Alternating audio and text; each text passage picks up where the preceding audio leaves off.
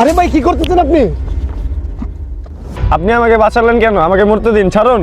আরে ভাই আপনি শান্ত হন। আপনি কেন আত্মহত্যা করতে চাচ্ছেন এটা তো বলেন। আপনাকে বলে লাভ কি? ভাই আপনি আপনার মহামূল্যবান জীবনটা এইভাবে শেষ করতে চাচ্ছেন?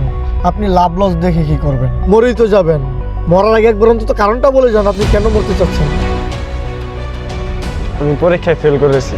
আপনি পরীক্ষায় ফেল করছেন তাতে কি হয়েছে ভাই? আপনি সামনে ট্রাই করেন। ভাই, কথাটা যতটা সহজভাবে বলতেছেন, বিষয়টা ততটাও সহজ না। আমার বাবা একজন সাধারণ রিক্সা চালক। সারাদিন পরিশ্রম করে দুবেলা খাবার জোগায়। অনেক কষ্ট করে আমার পরিবারের ভরণ পোষণ এবং আমার পড়াশোনার খরচ চালায়। আব্বু আমাকে বলছে আমি যদি পরীক্ষায় ফেল করি তাহলে আর চেহারা না দেখাইতে। আচ্ছা এই জন্য আপনি সুইসাইড করতে যাচ্ছেন? হ্যাঁ। আচ্ছা ভাই আপনি তো মুসলমান। অবশ্যই আমি মুসলমান। যেহেতু আপনি মুসলমান, আপনার জীবনের মালিক আল্লাহ, আপনি তো এইটা বিশ্বাস করেন। এতে বিশ্বাস না করার কি আছে? যেহেতু মহান রাব্বুল আলামিন আপনাকে দুনিয়াতে পাঠাইছে, তাহলে সময় হলে আল্লাহই আপনাকে নিবে। হয়তো তো আপনি কেন কষ্ট করতে যাচ্ছেন?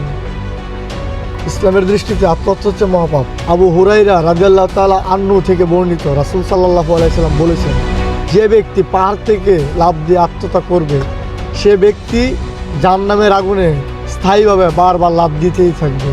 যে ব্যক্তি বিষ পান করে আত্মহত্যা করবে সে ব্যক্তি জাহান্নামে চিরস্থায়ীভাবে বিষ পান করতেই থাকবে। যে ব্যক্তি লোহার কোনো কিছু দিয়ে আত্মহত্যা করবে সে ব্যক্তি জাহান্নামে চিরস্থায়ীভাবে সেই লোহা দিয়ে নিজের শরীরে আঘাত করতেই থাকবে। এই হাদিসটি সহিহ বুখারী থেকে এসেছে।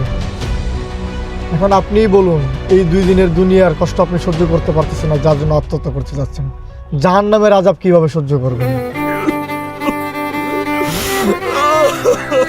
ভাই এই দুনিয়াতে যার কষ্ট বেশি, আল্লাহ তাআলার রহমত তো তার উপরেই বেশি।